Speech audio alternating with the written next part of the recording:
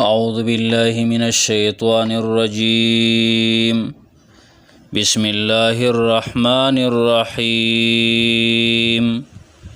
ألف لام ميم.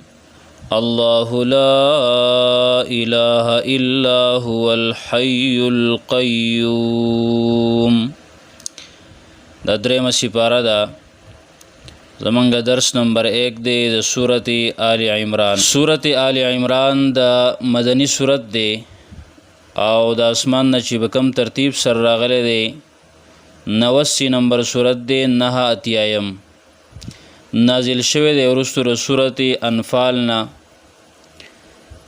او ترتیب د سورتونو کې د قرآن کریم چې کم ترتیب دی ترتیب عثمانی مرتوی ترتیب مصحفی مرتوی په دې سره دریم نمبر دی وروسته د سورت بقره نه آیاتونه په دې سورت کې 200 دي او رکوګانې په دې کې شل دي.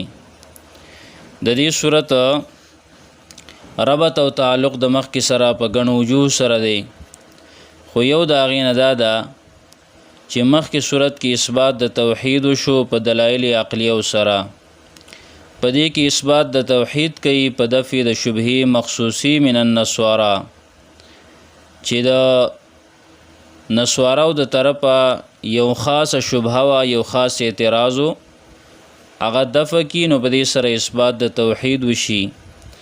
دغه شان په دې صورت کې د هغه مسایلو خو وضاحت دی چې کوم په سورت بقره کې بیان شیو.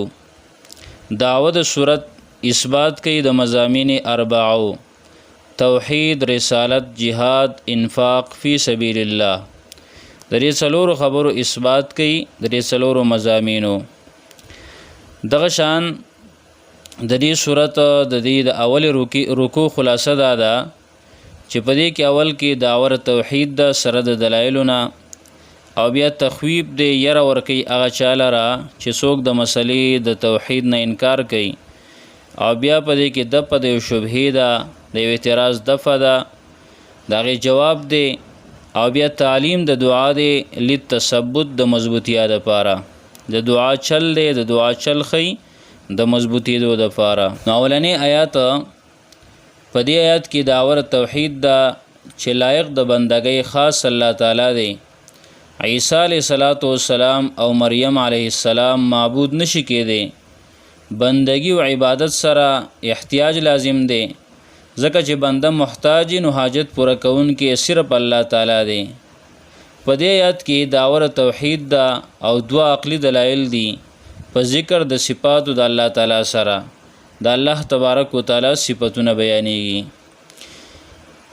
الف لام میم الله تعالی فویږي په معنا او مطلب د دې حروف باندې د دې پوره وضاحت د سورته بقره په ابتدا کې شوی دی. الله تعالی داسې ذات دی لا اله چې نشته دی حقدار د بندګۍ الا هو مگر د الله دی. لا اله نشته حقدار د بندګۍ او د عبادت الا هو مگر د الله دی صرف یو الله دی. الحی همیشه ژوند دی القیوم سنبالون کې د عالم دی د مخلوقات دی. نزل علیک الکتاب بالحق په دې دویم آیات کې دلیل وحی او دلیل نقلی دی د مخکینو کتابونو نه چې تورات او انجیل دي دغه دوه کتابونو نه د هغې نه دلیل نقلی دی او دلیل وحی دی. الله رب العالمین فرمایي نزل علیک الکتاب نازل کړی دی پتا باندې کتاب یا را لېږلی دی لږ لږ تا ته کتاب.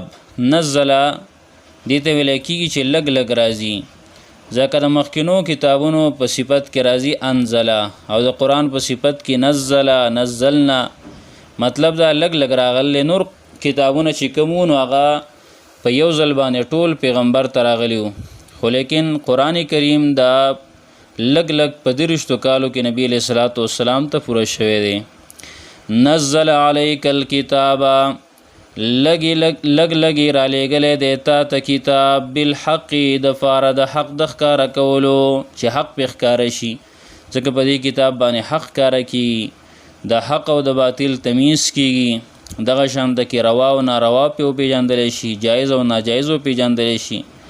مصدقا تصدیق کون کې د لما د هغه کتابونو بین یدیه چې مخکې و د دینه، وانزل التورات او نازل کړی دی تورات، والانجیل او انجیل، من قبل هدى للناس. په دې کې دلیل نقلی دی ځکه چې مراد د فرقان نه مخکینی صحیفې دي، بیا تخویف اخروی دی.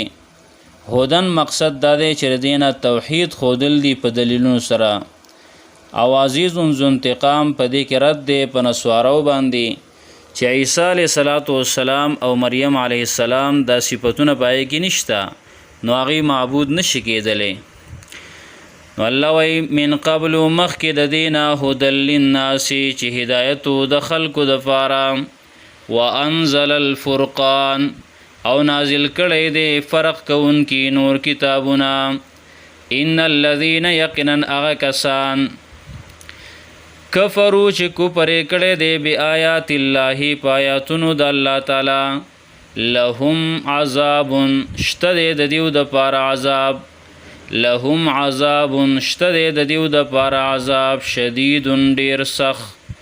والله عزیز ذو انتقام، الله تعالی زورور دی، ذو انتقام او بدلا غستون کې دی. الله زورورم دی او الله تبارک وتعالی بدلا غستون کې دی، زورور دی بدلا غستل شي او خپل بدلا الله تبارک وتعالی کناخلی نو دا به مهلتی. دی بل آیت کې دام دلیل عقلی دی او رد دی په شرک په علم باندې. دا صفتم الله په عیسی علیه السلام او مریم علیه السلام کې نشته دی. الله رب العالمین فرمای ان الله یقینا الله تعالی لا یخفا نفټیږي علیه داغنا شیء شی فی الارض پزمکه کی ولا فی السماء او نف اسمان کی. ورپسیم الله رب العالمین بیانی هو الذی الله تعالی اغذات دی یصورکم چې شکلونه درکې تاسو لرا، صورتونه جوړې استاسو شکلونه درکې تاسو لرا، فی الارحام فرحمونو د میندو کې کیف یشاء څرنګه چې وغواړي، لا اله نشته حقدار د بندګۍ الا هو مگر دغه الله دی، العزیز زورور دی، الحکیم حکمت والده. زورور دی د چانا کمزور نه دی او الله بدلا غستلی شي او تارانی ولی شي تعالی سزا در کولی شي او که وسې نه در کوي او نظر نسینو الحکیم الله رب العالمین حکمت والا ذات دی او حکیم دی. نو دې کې د الله رب العالمین خپل حکمتونه دي. ترجمه دوباره وورئ. الف لام میم الله تعالی فویږي په معنا او مطلب د دې حروف باندې. الله تعالی داسې ذات دی لا اله نشتره حقدار د بندګۍ الا هو مگر دغه الله دی، الحی همیشه ژوندی دی، القیوم سنبالون کې د عالم دی.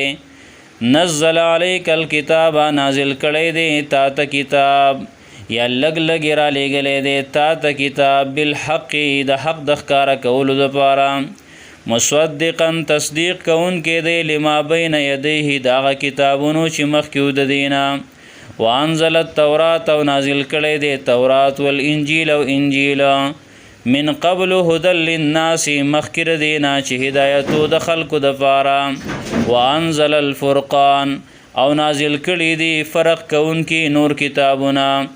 ان الذين یقینا هغه کسان کفرو چې کفر کړی دی بآیات الله په آیاتونو د الله تعالی، لهم عذاب شدید شتره د دیو دپاره عذاب ډیر سخت. والله عزیز ذو انتقام الله تعالی زورور دی بدلا غستونکی دی. ان الله یقینا الله تعالی لا یخفى علی نه پټیږي داغنا شیء هیڅ شی فی الارض پزمکه کې ولا فی السماء یو نه په اسمان کې.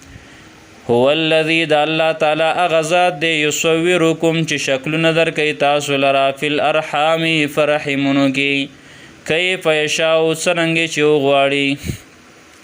لا اله نشتر حقدار د بندګۍ الا هو مگر دغه الله دی العزیز زورور دی الحکیم حکمت والده.